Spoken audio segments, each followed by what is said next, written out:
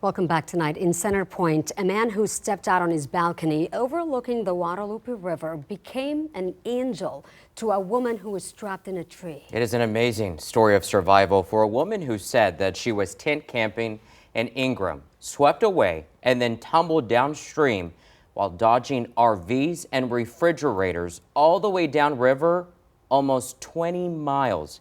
And the man who heard her screams for help, Carl Jeter, shared this video of the miraculous moments with our Sue Kalberg. I'd like for you to take a look at that majestic cypress tree on the far bank of the Guadalupe River here in Center Point, Texas.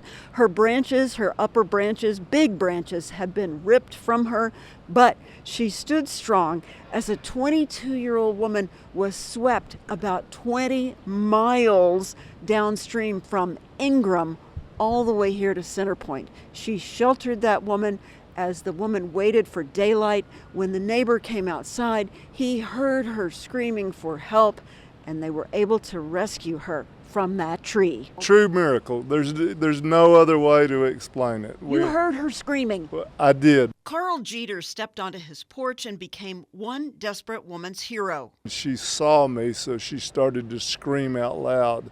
I began to holler back to her, hey, I see you, we'll get you help. Jeter flagged down a DPS trooper who summoned rescue boats. We had a little bullhorn we were hollering back and forth at her to let her know, hey, just hang on, because she was desperate. The woman who watched 5 family members get swept away held on to hope. We brought her into our house and gave her a shower, clothed her because it had stripped all of her clothing off, and gave her something to drink. They say they called the reunification lines to report all the names, and at this point, they're waiting to see if the rest of the family from the Midland area was recovered. One final note, as we've been here this afternoon, people have been stopping by for the homeowners and the people affected by this flood.